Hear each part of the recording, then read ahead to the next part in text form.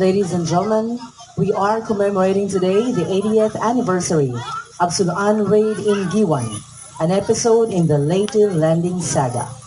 He would like to acknowledge the presence of Honorable Veronica Cabacaba Ramirez, Vice Mayor of the Municipality of GUIUAN, Eastern Samar, members of the Sangguniang Bayan of the Municipality of GUIUAN, Eastern Samar, Police Colonel Ernesto R. Macasil, Provincial Director, Philippine National Police, Eastern Samar, Police Major Jose A. Chu Jr., Officer in Charge, GUIUAN Municipal Police Station, Honorable Mary Charmaine Gonzalez Villar, Liga ng mga Barangay President of the Municipality of GUIUAN, Eastern Samar, Honorable Virgilio C. Loyola, Barangay Chairman of Barangay Suluan, Honorable Cesario M. Labutap, Barangay Chairman of Barangay Sulangan, Honorable Tomas L. Sumore III, Barangay Chairman of Barangay Ngulos, Honorable Jacinto G. Gapati II, Barangay Chairman of Barangay Baras, and Honorable Teresita O. Eben,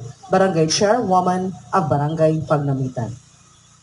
And ladies and gentlemen, our guest of honor and keynote speaker, Honorable Ben P. Vardone, Governor of the Province of Eastern Samar, represented by Honorable Mark Paul P. Gonzalez, Senior Board Member of the Province of Eastern Samar, accompanied by Brigadier General Perfecto P. Piñaridondo, Philippine Army, Armed Forces of the Philippines, to be represented by Lieutenant Colonel Joseph D. Bugawan, Infantry, General Staff Corps, Philippine Army, Acting Battalion Commander, 78th Infantry Battalion, Philippine Army.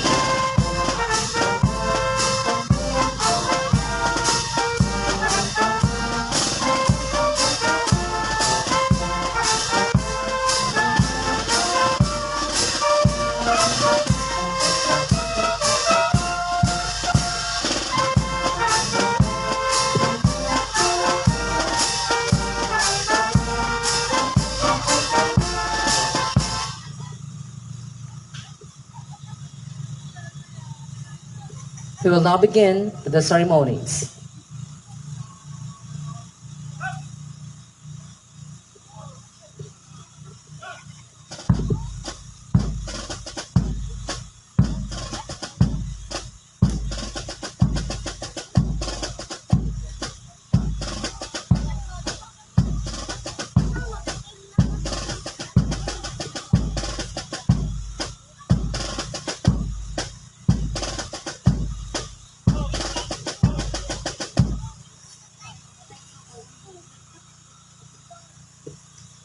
May I request everyone to stand? Ladies and gentlemen, the national anthem of the Republic of China.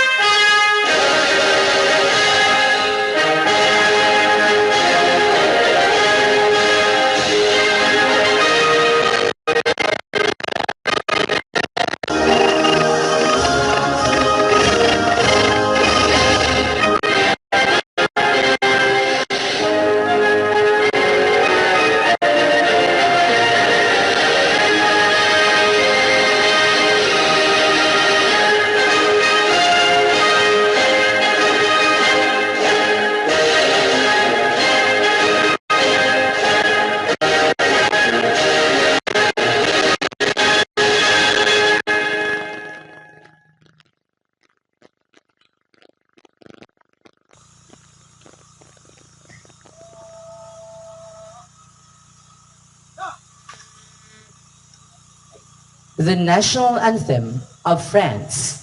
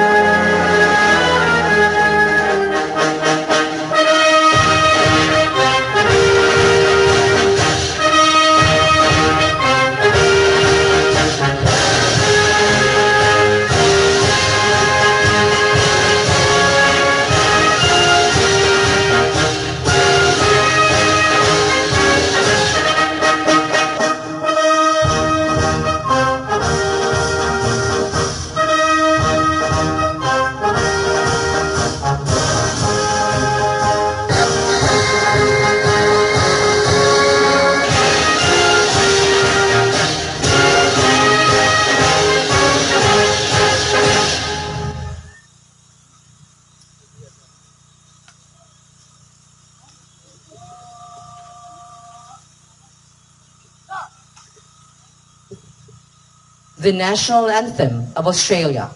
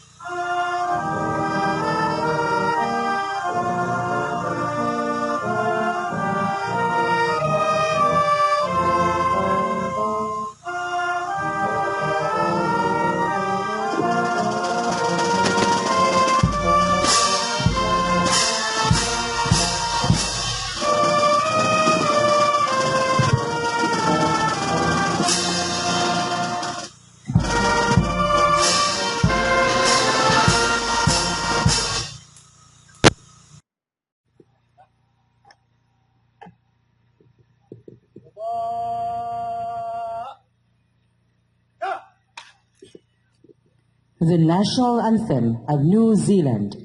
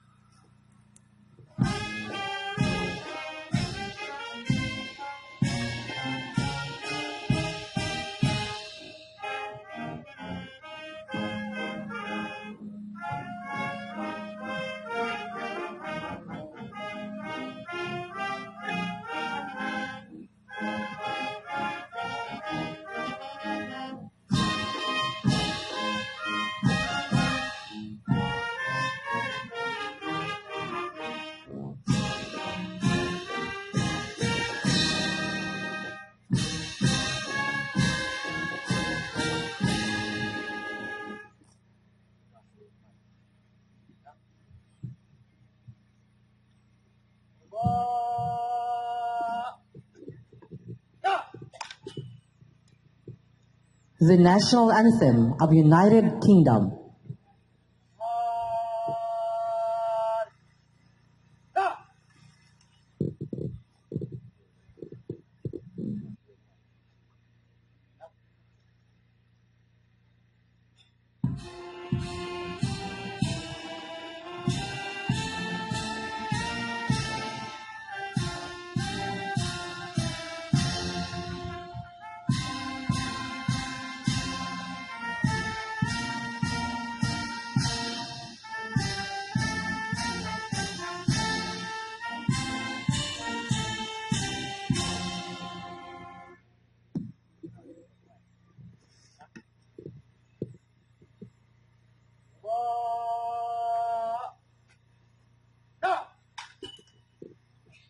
The national anthem of Canada.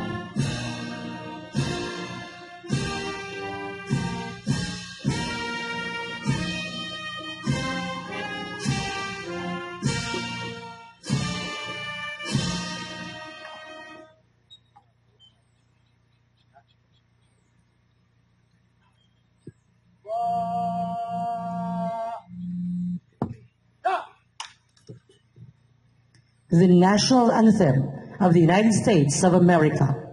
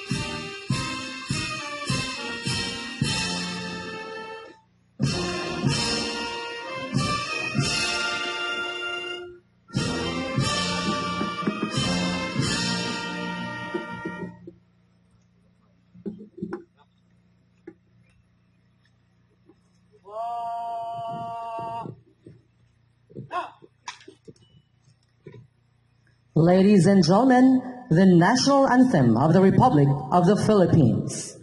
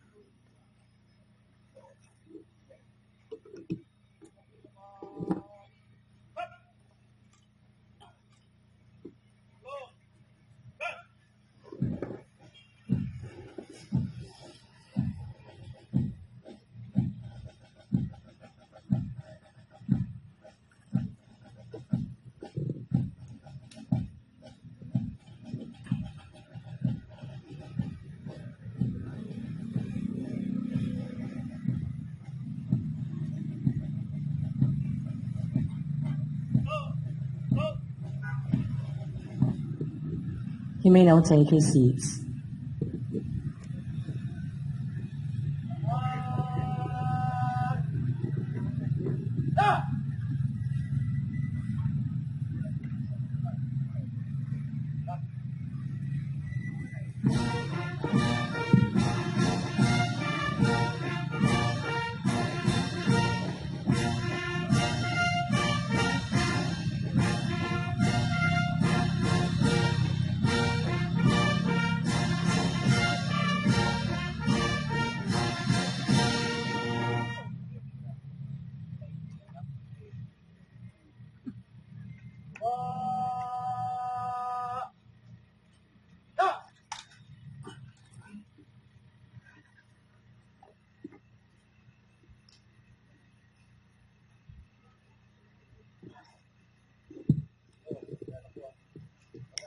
We shall now proceed to the wreath-laying ceremony.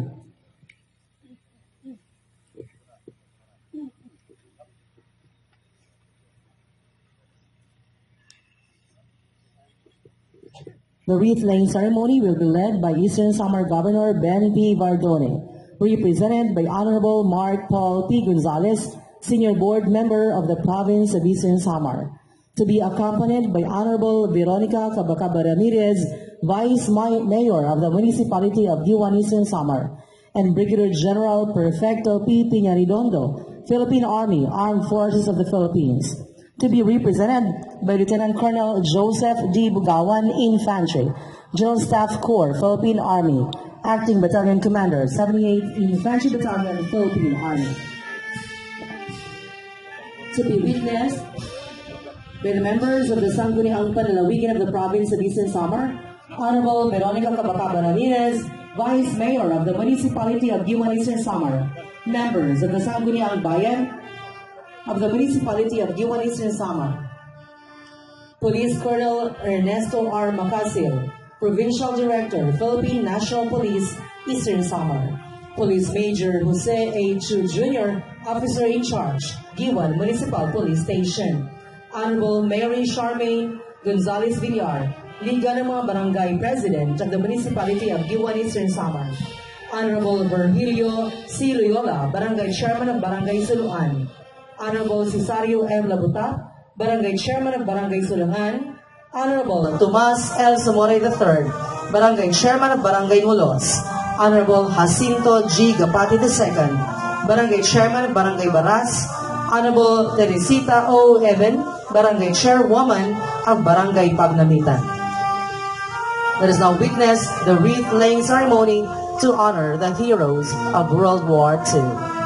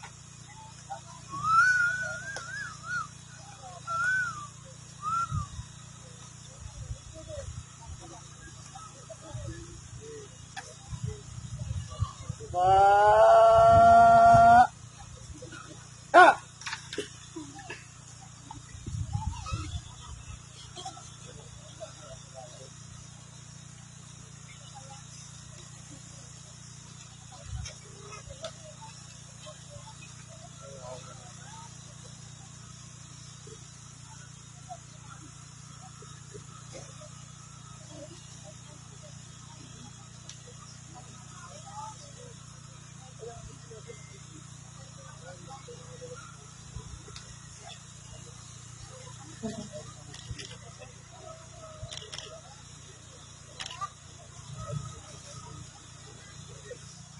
ends the wreath-laying ceremony in commemoration of the 80th anniversary of SULUAN raid in GUIUAN, an episode in the Leyte landing saga. May we request our guests of honor and other guests for a picture taking. Can you proceed to the designated area?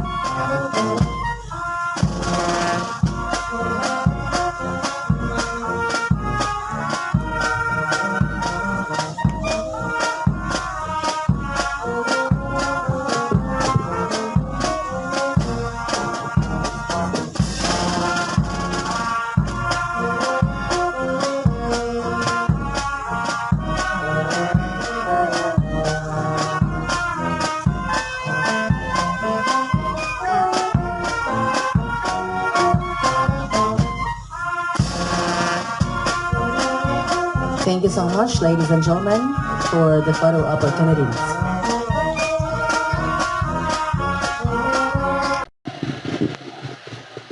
Once again, welcome to the commemoration of the 80th anniversary of SULUAN raid in GUIUAN, an episode in the Leyte landing saga. To give the welcome remarks, we have the Vice Mayor of the Municipality of GUIUAN, Honorable Veronica Cabarcaba Ramirez. Let's give her a big round of applause.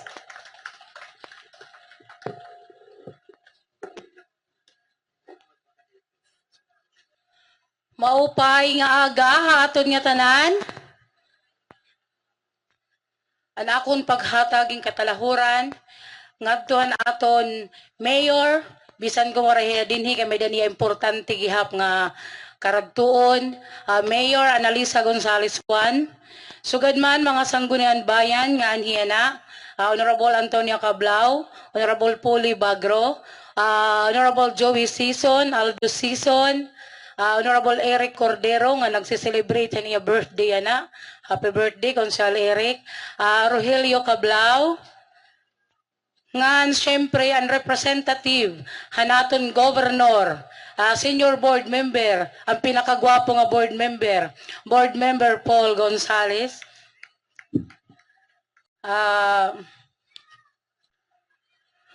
Police Colonel Ernesto R. Macasel, Provincial Director, Philippine National Police, Police Major Jose A. Chud Jr., Officer in Charge, Giban Municipal Police Station, Colonel Joseph Bugawan, Battalion Commander of 78 IB, AFP, mga sons and daughters of veterans, mga bisita, hangatanan nga anhiya na mga LGU employees, maupay nga aga nga hawa aton nga tanan. Yan ang adlaw ani kita nagsiselebrate han may nung danon nga okasyon amo ani ka 80 anyos nga pagselebrar han SULUAN raid. Nagkakatitirok kita yan na diri la paghinumdom hinusa nga makasaysayan nga panhitabo, kundi ginsiselebrar gihap naton iton courage, resilient, and unity nga define iton aton community. GUIUAN played a significant role during the SULUAN raid, primarily as a strategic locations for military operations. As a coastal town in the Philippines, it served as the staging ground for naval and land forces. The SULUAN raid, which took place during a time of great turmoil, stands as a testament to the courage and resilience of our community, showcasing the unwavering spirit of those who faced immense challenges with determination and valor. The courage displayed by our ancestors serve as a reminder of the sacrifices made for the freedom we enjoy today. This anniversary is a chance for us to honor their legacy, ensuring that their stories are never forgotten.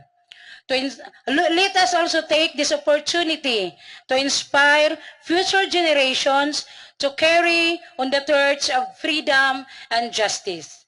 Damo nga salamat, hini nga higayon, nga kinanhi kamo pag-atender hini nga mahinungdanon nga okasyon. Welcome, welcome kamo nga tanan, dinhi ton amon matahom nga bungtod. GUIUAN, GUIUAN be truly here. Damo nga salamat.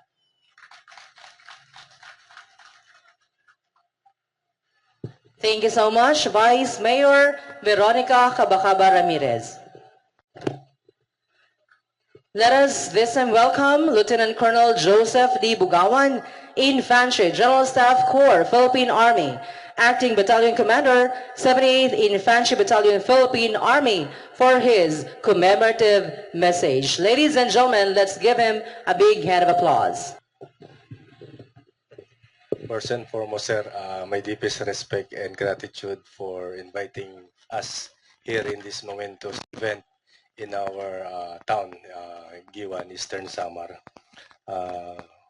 My due respect, sir, to our Honorable Governor, Ibardone, ably represented by our most handsome senior board member, Sir Paul Gonzalez, our Mayor of GUIUAN, Ma'am Annalise, who is doing some equally important right now, I think, ably represented by our Mayor, Ma'am Veronica Cabacaba Ramirez, our Provincial Director of the Eastern Samar Provincial Police Office, Eastern Samar, sir, Sir Makasil, sir. And of course, I will not forget one of my mentors when I was a second lieutenant, first lieutenant, my former brigade commander in the 1st Brigade. I was then battalion staff, an S2 of 62nd Infantry Battalion, sir, in Calbiga.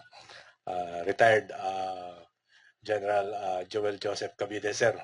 Sir. Yes, sir. Thank you very much, sir. I know you are our idol because of the physique and the character, sir, that you have maintained. Thank you very much, sir, for the legacy that you have given to us, especially to our veterans, sirs, moms. I know without your history, we are not free standing here in these hallowed grounds of GUIUAN.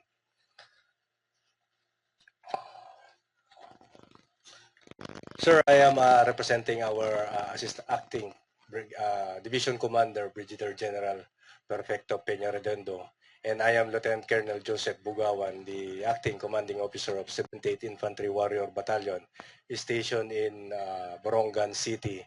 But GUIUAN is also one of my area of responsibility. That's why we are extending our efforts and our mandated mission to secure and maintain the history of our town, GUIUAN.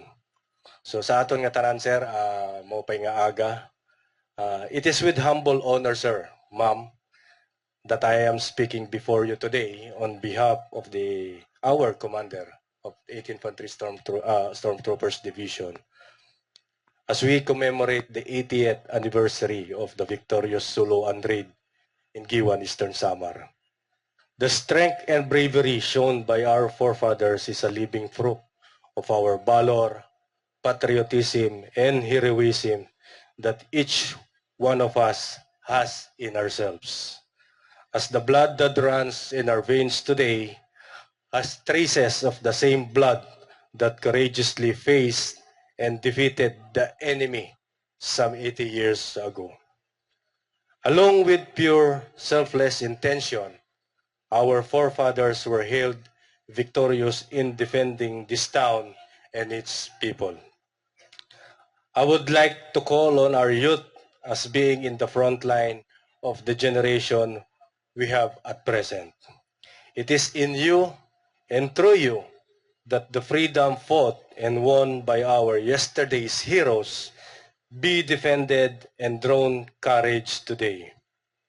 As we reflect on this year's anniversary theme, Bayani ng Kahapon, Dakilang Huwaran ng mga kabataan ngayon, let us be guided with one thing. As we live in the now and are hopeful of tomorrow, let us not forget yesterday. Remember when we have been, we are our parents' children, we are our country's warriors. Every one of us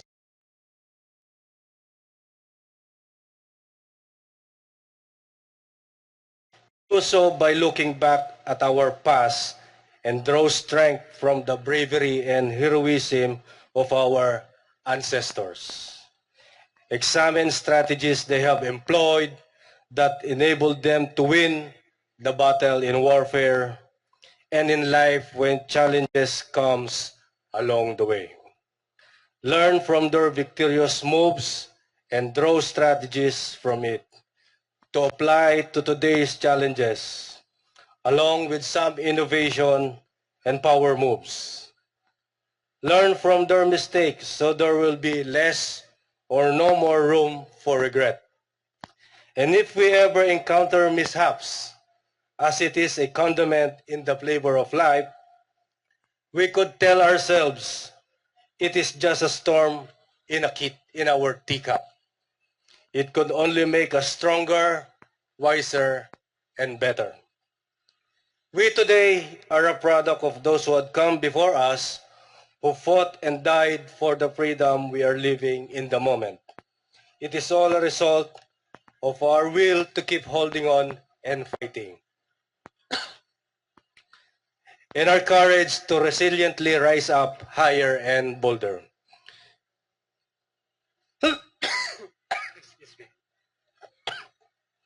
When we realize this, we also realize the invincible power that lies in us. Here we are now savoring the peace and democracy that our forefathers fought and died for. As one of your defenders of the peace and order here in Eastern Samar, as a member of the Stormtroopers Division, mandated to sustain that long-lasting peace and democracy here in our locality, we will never stop the fierce passion of patriotism and nationalism of our heroes. We assure everybody present here now that we will always be your protector, partner, and friend to lean on times of distress and untoward happenings. Sirs, ma'am, we are here with you as always, sustaining the gains of living a peaceful and happy life. We will be your partners towards ending insurgency in our locality. Rest assured that your army here in Eastern Samar will always be a matatag na warrior battalion para sa bagong Pilipinas. Again, sir, mga salamat and maupay nga aga haton nga tanan. Thank you so much, Lieutenant Colonel Joseph D. Bugawan, Infantry, General Staff Corps, Philippine Army, Acting Battalion Commander, 78th Infantry Battalion, Philippine Army. This time, ladies and gentlemen, may we invite General Joel Joseph A. Cabides, President of the SDAI, or Sons and Daughters Association Incorporated, Region 8, Trustee, Veterans Federation of the Philippines District President, Eastern Samar Division, for his inspirational message. Let's welcome him with a big round of applause.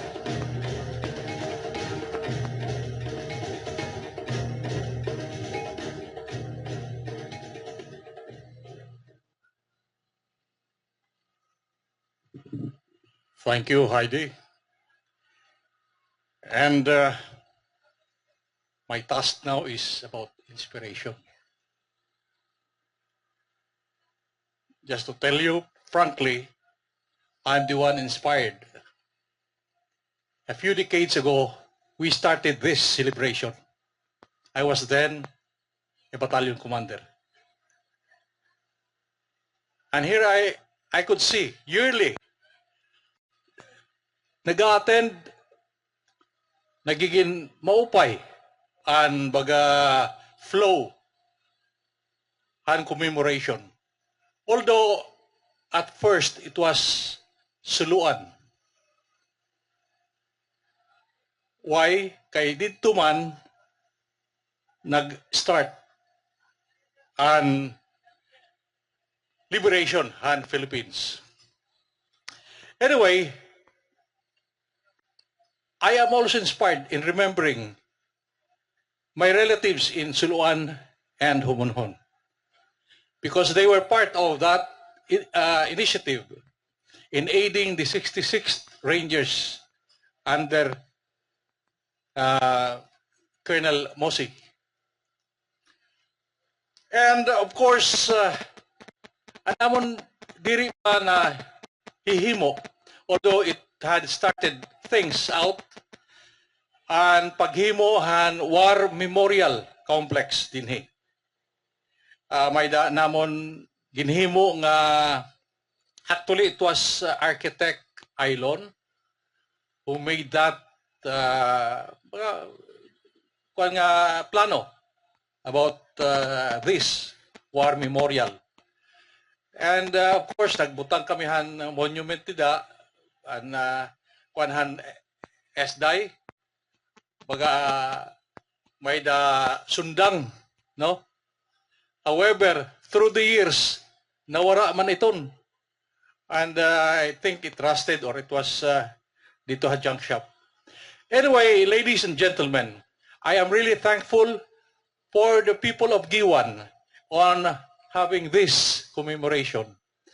Yearly to remember the veterans, our war heroes, ang mga Criminalis brothers, etc., etc. And kamo, you can trace your roots dito, Haira. And mind you, we will be facing things nga baga pareho gyapon hadto. Anyway, before anything else, I would like to extend my greetings to the representative of Governor Ibardone, Honorable Paul Gonzales, the Vice Mayor of GUIUAN, Honorable Kabakaba,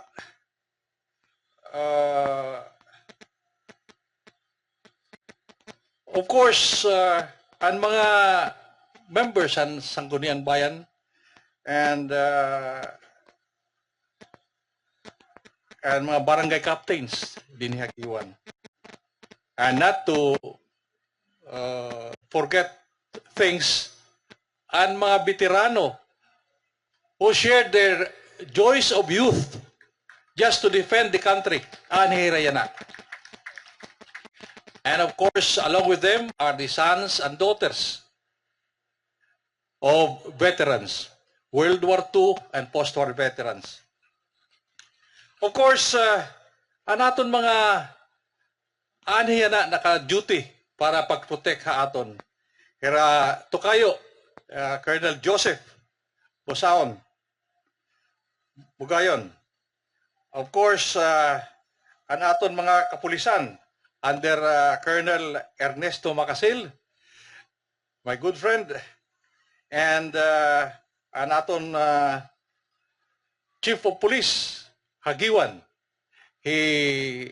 Major Chu. And I just would like to mention ang mga veterans coming from overseas, overseas kay kuan ng dagat. Lieutenant Rowena Dimawala, Philippine Air Force ini, Women's Active Auxiliary Force. And of course, Major Paat from the Philippine Army. Actually, ladies and gentlemen, hira an akon gintuinan han pag pamiling han pundo para han War Memorial Complex. Kaya palakpakan naton hira. Hopefully, kung makatara hira, hin magdudunay, ada iton, we will be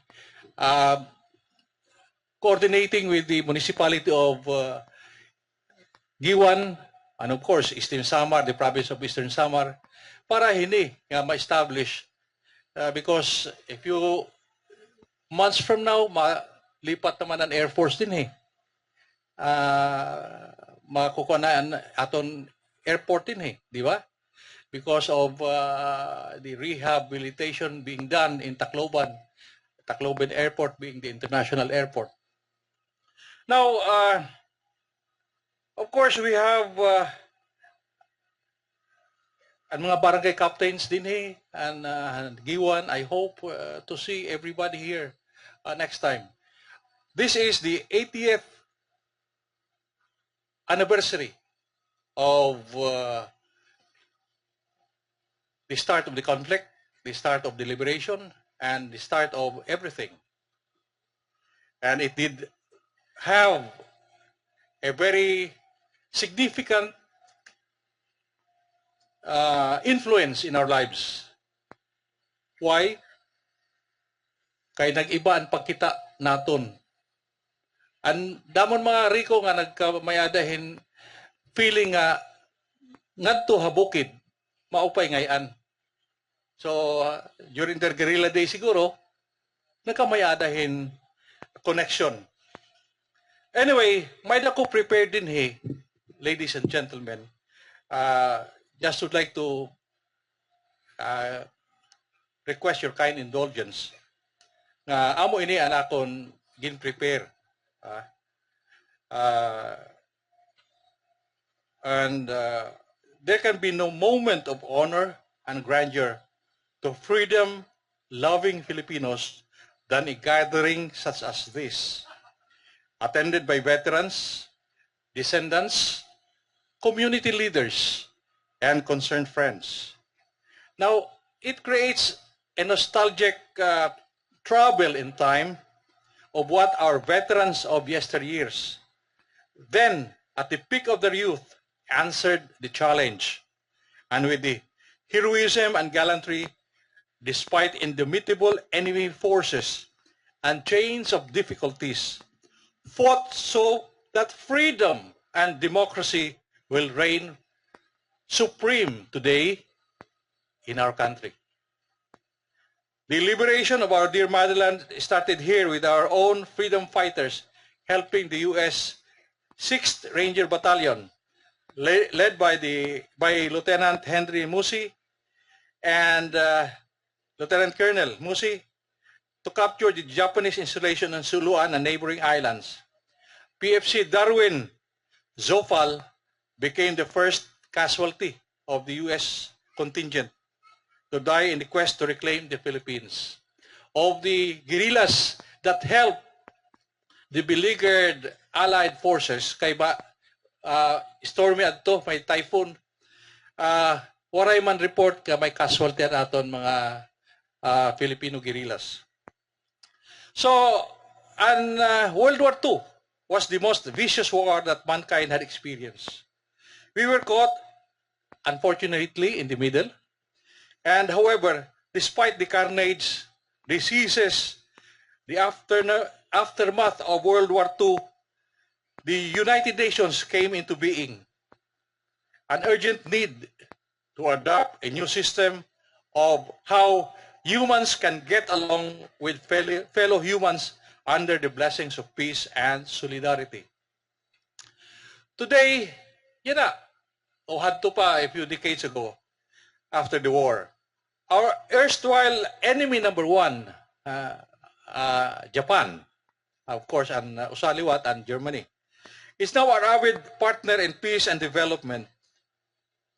Indeed, our great war heroes, nasa nila ang hingyap kanaton mga leaders hadto, then had been realized because they were really dreaming and longing for peace. And as well as us, veterans, diri la kay pakikidigma, but we would like to be with our families, to enjoy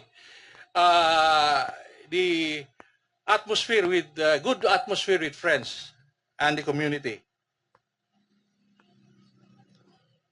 It is now for the generations to come to protect and preserve this peace and solidarity. So, ang mga kabataan niya na anamon ginkukulawan na masunod to preserve this peace, enduring peace. Also, World War II also introduced to us cultures that open up doors for us today to acquire skills that made us competitive to global standard now, which gives us more chances to succeed in foreign lands. So yan na, especially kung tikan dito hagawas, makan hidinhe, expect nga very skilled ito nira. Because ang standard dito, pagka nadadara nira din eh. But what started this was from us going out. Now, armed conflict will always be there. Normal iton. But never again such global conflict transpire. I hope so. And West Philippine Sea, baka dahiton diri mo pa nga situation. But this can always be resolved in a diplomatic way for peace to reign supreme. As an added note, damo o nga tanan man kita aware of the San Juanico Bridge. It is a daily reminder that peace can also always trigger that solidarity that we all need for progress and development for generations to come. May dako isisingit la, nabatian ko ini, but I had observed that this is quite normal or true. Hadto na sirigani, hapon! Hapon! Tago adto! Tadlagan! Pero yan na, maski mahuring, hapon, hapon, hain man. So especially our ladies, baga damo na ang nakapangasawa dito, even my nephew got married to a Japanese lady. So makikita natin nga ini is part of the things that developed after having these harmonious relations, being friends with each other. So let us all work for peace and fervently pray for the preservation, attaining, and enduring and lasting peace. Mabuhay ang bagong Pilipinas!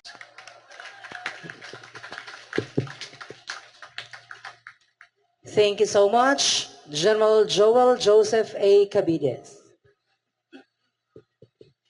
At this point, ladies and gentlemen, we will now listen to the keynote message of our guest of honor, Eastern Samar Governor Ben P. Vardone, represented by Honorable Mark Paul P. Gonzalez, the Senior Board Member of the Province of Eastern Samar. Let's give him a big round of applause. Thank you, Ma'am Heidi.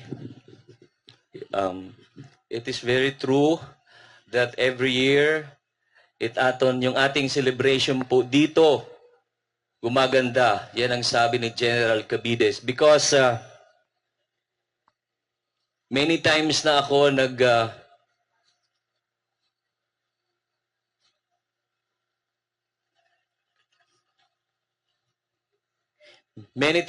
naging representative dito. The last, during the time of Mayor Sheen, nag-represent din ako. And there comes Mayor Annalise, nag-represent din ako. Na this time, kay Governor naman. Kaya, nakikita ko, that is very true, General Cabides, na every year, gumaganda po yung ating celebration din eh. So, bigyan natin ng palakpakan ng ating LGU yung mga sons and daughters ng veterans at yung ating mga punong barangay na kasama dito.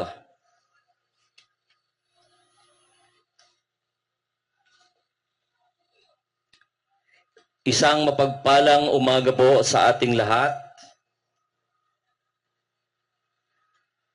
To our government officials and public servant who are generous on their time today, Vice Mayor Veronica Ramirez,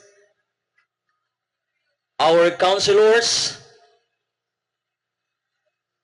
who are here, Polibagro, Honorable Polibagro, Honorable Abrogar, Honorable Cablao, Honorable Eric Cordero, Honorable Joey Sison, Honorable Rogelio Cablao,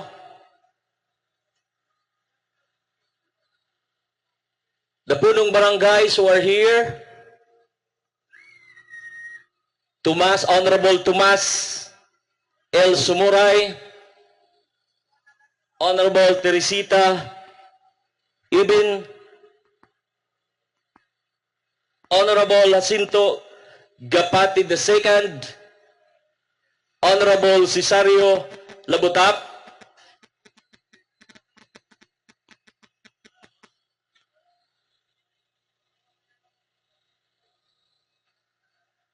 to our guests of honor and military officials who are here, Brigadier General Perfecto Penarondon, or his representative, represented by Lieutenant Colonel Joseph D. Bugawan, sir. Retired General Joel Joseph Cabides, sir. Our Provincial Director, Police Colonel Ernesto R. Macasel, yung ating pong butihin na Chief of Police, Police Major Jose Echud Jr.,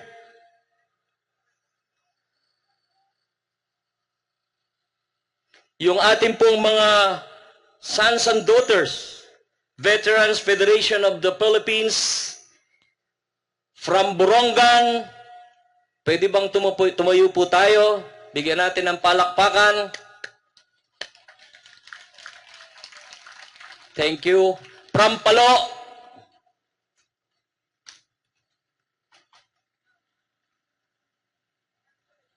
from Alang-Alang, of course from GUIUAN, GUIUAN and Salcedo,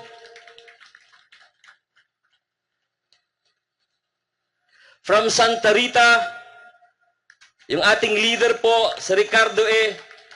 Serguera, palakpakan po natin, napakarami po nila.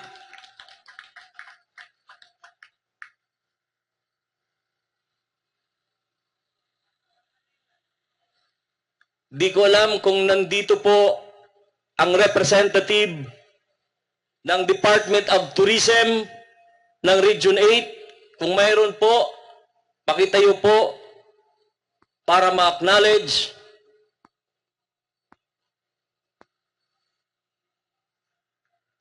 To the elderly heroes of honor war veterans, the main cast of this event,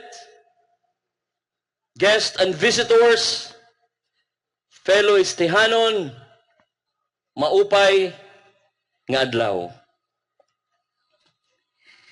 It is an honor to represent the Governor of the Province of Eastern Samar, Governor Ben P. Bardoni, to join you today on this SULUAN raid commemoration. For 8 decades, we remember the courage and pay tribute to the memory of our soldier who sacrificed their lives for us and for our homeland. Today signifies the legacy that is left behind by our World War heroes. This SULUAN raid commemorates or commemorations bring us back to the stories and memories about the war. The magnitude of World War II is hard to forget. Despite the decrease in the number of these veteran heroes, their heroism still abide in our hearts. We will continue to honor and recognize them and celebrate them for as long as we can. What is one important reminder for us today? Upon realization, freedom is costly. The cost of it was, of course, high. It involved the passing of lives of our freedom-loving Filipinos and freedom-fighting waray-waray soldiers. Don't we ever wonder, why do we live in peace right now? We are free to decide, free to travel, free to marry, free to vote, free to work, and free to enjoy the things we have in this soil, in our homeland. We owe it to our war veterans, so we convey our endless gratitude to them. Because of their courage and bravery, this ground remains as the home of the free. While on one day of the year is dedicated to honor them, they deserve our admirations and respect every day. So to you, our dear war veterans, we salute you, and we leave no veteran behind. Thank you, and may the Almighty Father protect you. Your reward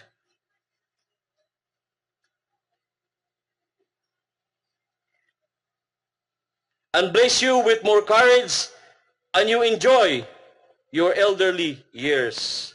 Of course, nakalimutan po natin i-recognize yung ating tanawan post.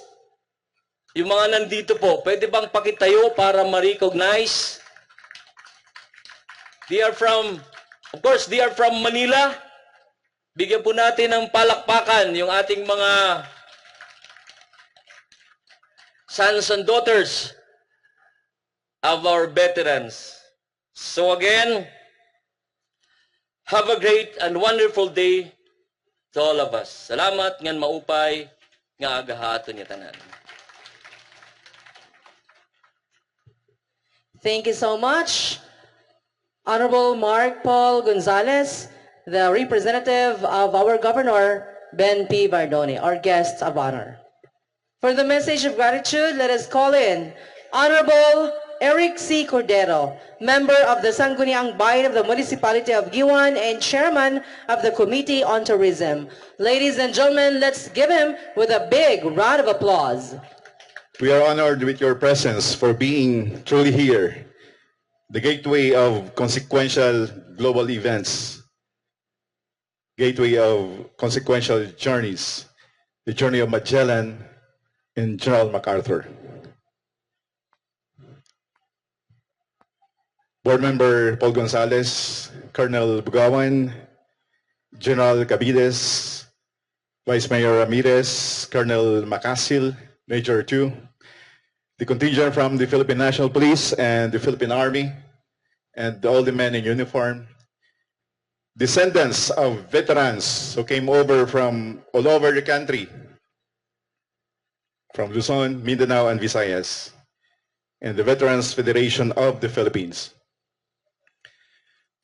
Our nation has set aside this day to pay tribute to patriots for the country we love and the nations that shared our values and common pursuits.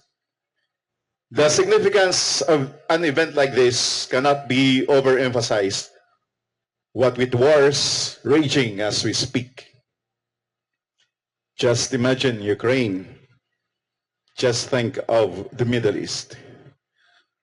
For all of us gathered here, we are well aware we cannot equal the bravery and gallantry of our forefathers who endured sufferings and sacrifices, all for liberty, for freedom. Providentially, we are at war with another country or race. The war we are fighting at present come in different forms and degrees, even more potent than guns and bombs, misinformation and disinformation, climate change and climate inaction, apathy and greed, poverty and pandemic. And we don't have to take arms to combat all this.